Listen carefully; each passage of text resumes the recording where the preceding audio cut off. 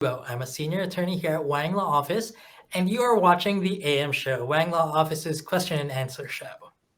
Hi, my name is Ariel. I'm the host. I'm also a senior paralegal at Wang Law Office. Our show going to start every Friday at 11 a.m. EST, 8 a.m. PST.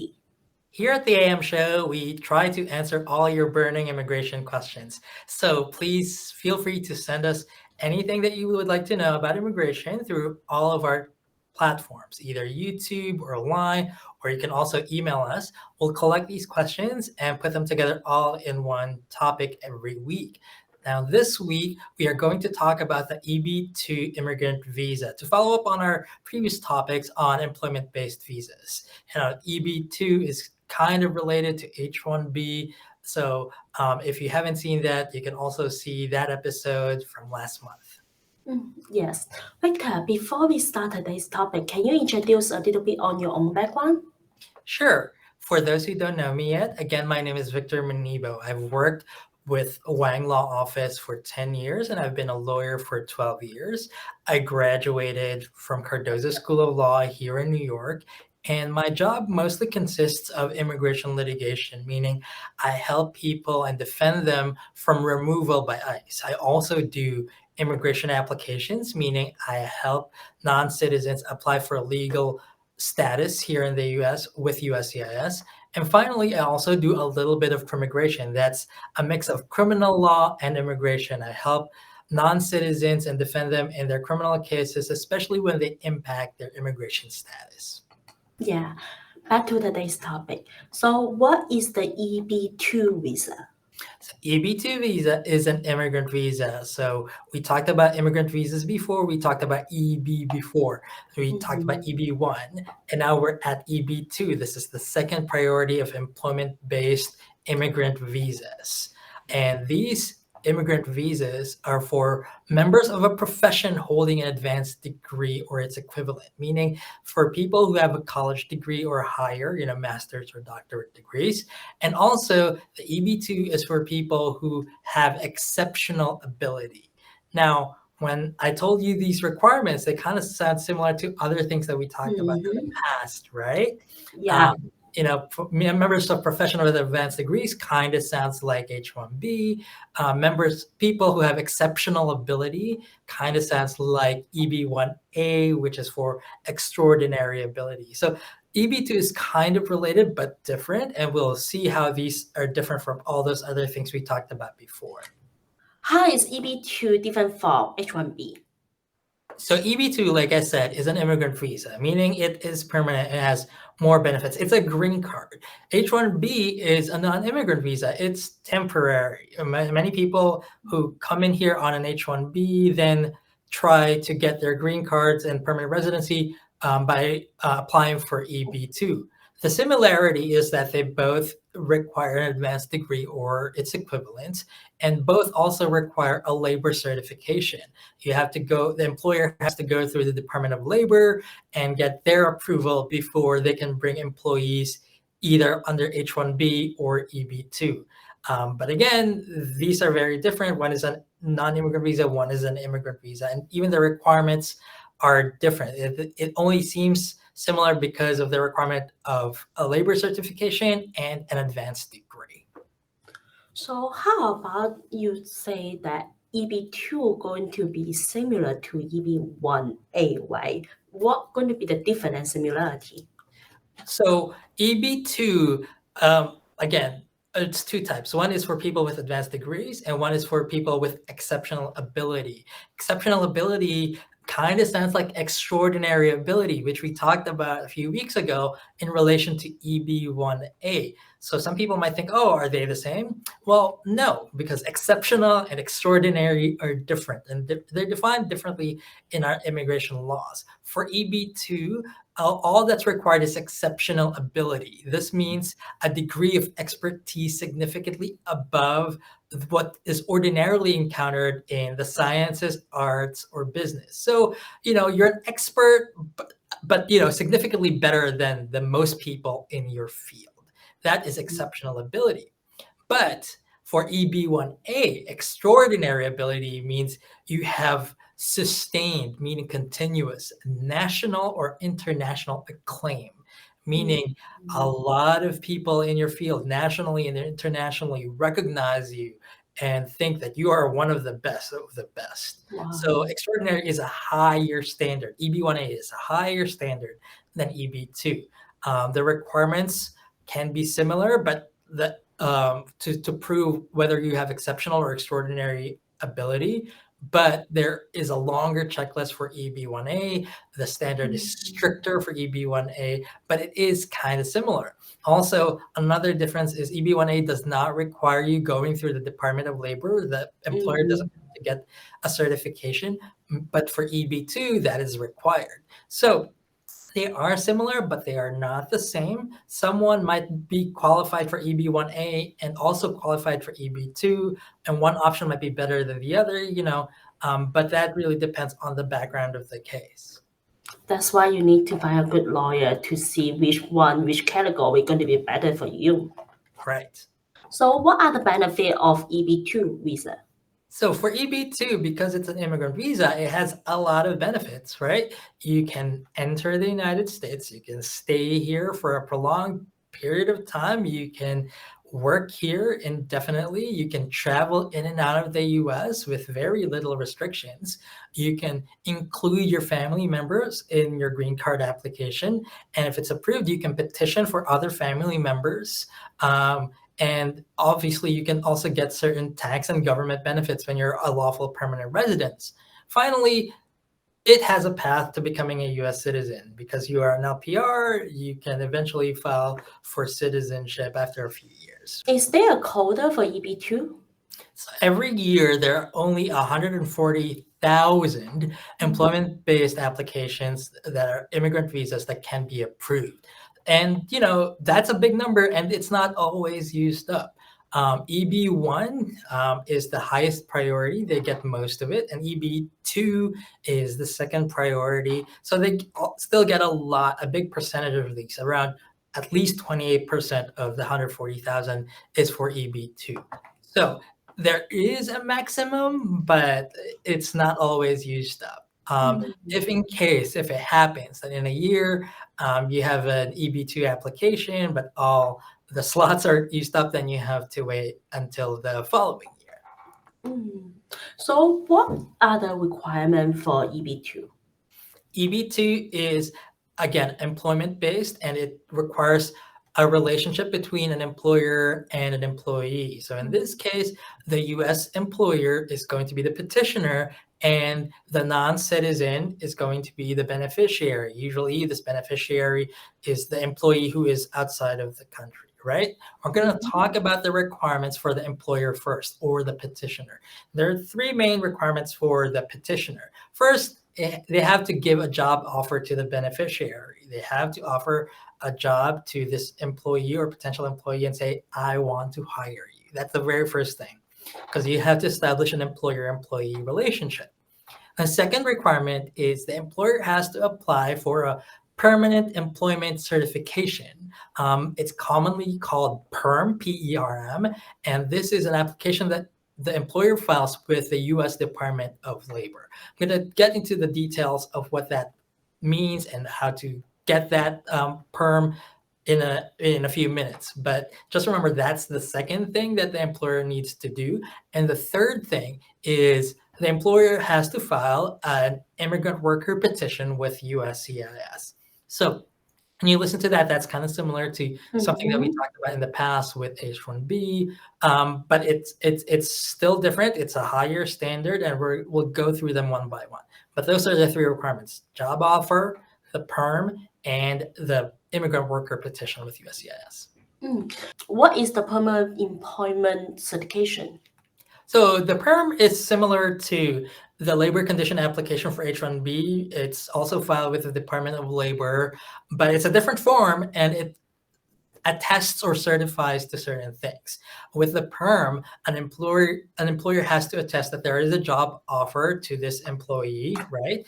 The employer has to attest that they're paying the prevailing wages to that employee, either at the same level or higher, meaning the employer is paying this potential employee or this this non-citizen employee, the wage that is paid to similar workers in other fields in other companies.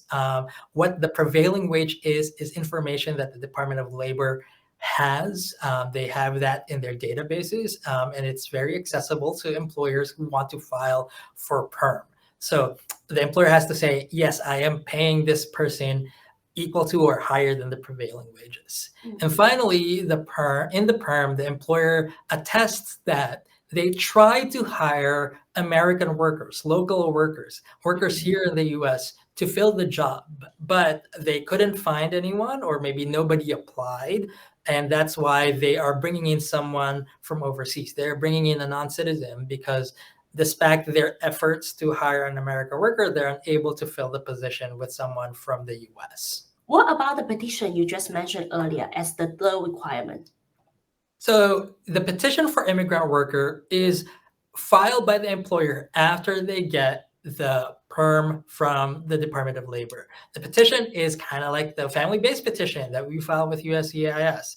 This is filed by the employer with USCIS, showing that there is an employee-employer relationship, that there is an approved PERM from the Department of Labor, and that there is a job that requires an advanced degree or requires someone with exceptional ability. So, this is when the USCIS starts to get involved, right?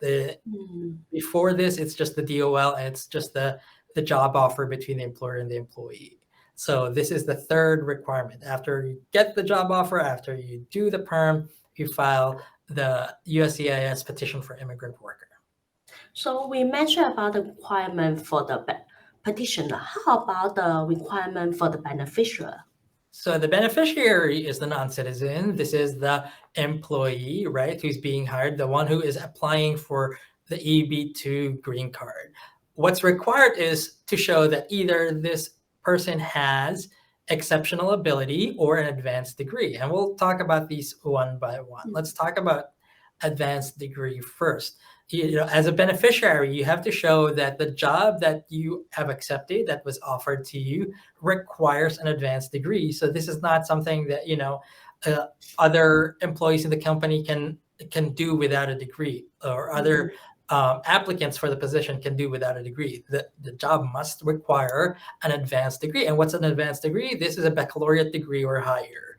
A baccalaureate degree, a master's degree, a doctorate degree, and you have to show that you have a diploma, basically, that you have finished this degree from a U.S. institution or from a foreign institution.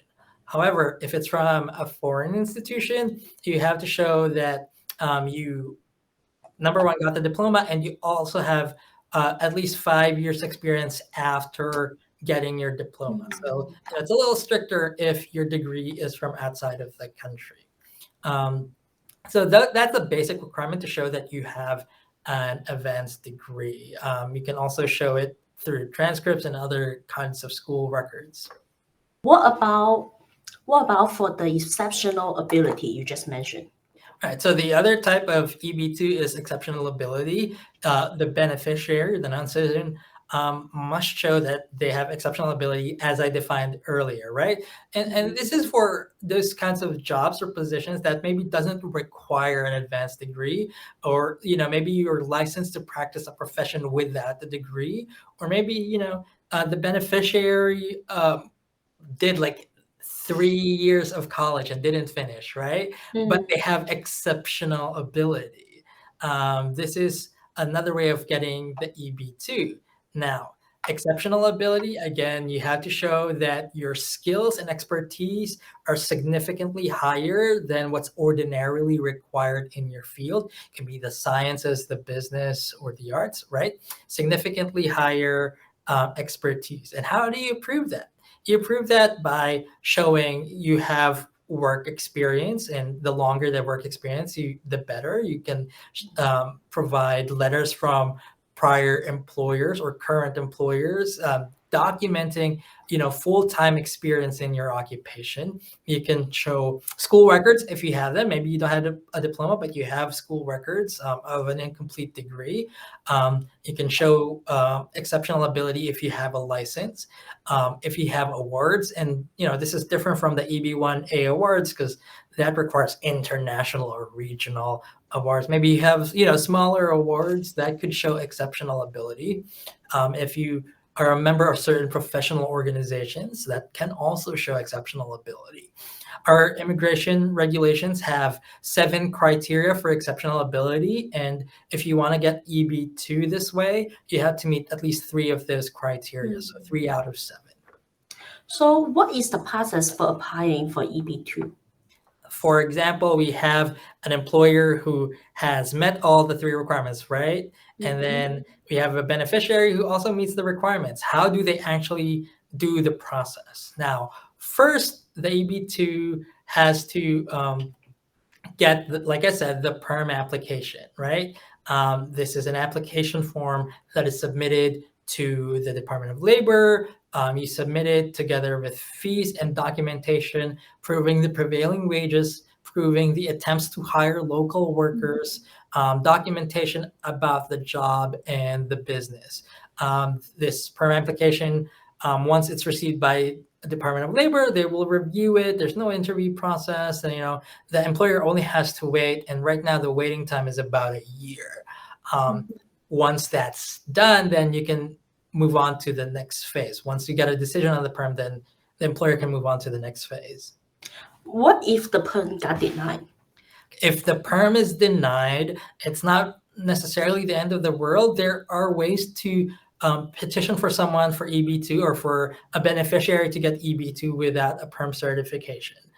First is if there's a blanket certification for certain jobs. Certain types of jobs like physical therapists and nurses do not need a PERM certification to get EB-2. So if you're in the kinds of jobs under that blanket certification, the employer does not need to get a PERM from the DOL.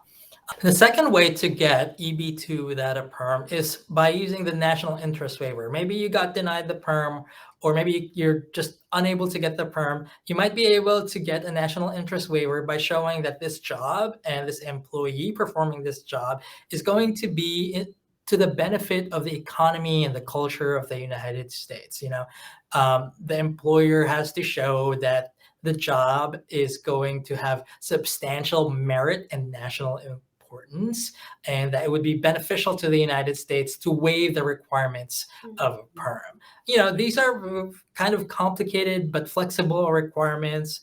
You need to really study the case and the job to see whether or not it will qualify for a national interest waiver. But just know that this is an option. If you can't get a PERM, you might qualify for a blanket certification depending on the job, or it might qualify under a national interest waiver. How to file the petition? So let's say the PERM is approved, right? The next phase is to file the immigrant worker petition. The employer is going to file this form with USCIS together with the required fees and the supporting documents. The supporting documents include the PERM approval, and it also includes proof that the job offer has been made. So there is an employer-employee relationship between, the petitioner and the non-citizen beneficiary. There'll be documents or proof of what the job is, what the position is, and obviously there should be proof of the beneficiary's qualifications, either the advanced degree or the exceptional ability. You file that, or the employer files that with USCIS, and then after a while, it gets approved. And once it's approved, then the beneficiary, the non-citizen, can file for their green card application, their EB-2 application. So can I file the petition and the green card application together at the same time for EB-2? Well, the petition and the green card application for EB-2 can be filed concurrently only if the priority date is current. We've talked about priority dates before. Sometimes you have to wait in line if there are not enough visas for your case. Right now, with visa processing, all EB-1 visas are current. There's no wait time. But EB-2 for beneficiaries that are in China and India, there is a priority date. It is not current. You kind of have to wait for a certain date to be reached before you can apply for your green card. So for some people, yes, you can file the employer petition and the EB-2 application together. But right now, for applicants from China and India, there is a priority date. There is a little bit of a wait time. So what document do I need to prepare for the green card application? Let's say you already have the approved petition by the employer. Now you're applying for the green card. You, the beneficiary, have to file a form with either USCIS or Department of State, depending on whether you're inside the country or outside the United States. There's a form that you need to fill out. There are fees that you need to pay, and you have to go through a medical exam. Now, the most important part of this is what kind of documents you have to prepare, because whether you're in or outside the United States, you can't just submit a form, right? We keep talking about this. It has to be a package with a lot of supporting documents. These supporting documents include, your passport, your medical exam. It includes the proof of your employment offer from your employer, and includes the immigrant worker petition approval, the PERM approval, and your qualifications, your diplomas, your certificates, your awards, any proof that you have an advanced degree or any proof that you have exceptional ability that I talked about earlier. And if you are applying for a national interest waiver because you don't have a PERM, then proof showing that this job and your qualifications are going to be for the benefit of the economy and the culture of the United States. So, any document that shows all the requirements that I was talking about, you have to include that with your EB-2 green card application. And because this is a green card application, you also have to qualify for the other general requirements for a green card, meaning, you are not inadmissible for fraud. You're not inadmissible for certain criminal convictions. You were inspected and admitted in the United States if you're adjusting status, and all those other requirements. So is the green card application process different if I'm already working in the US?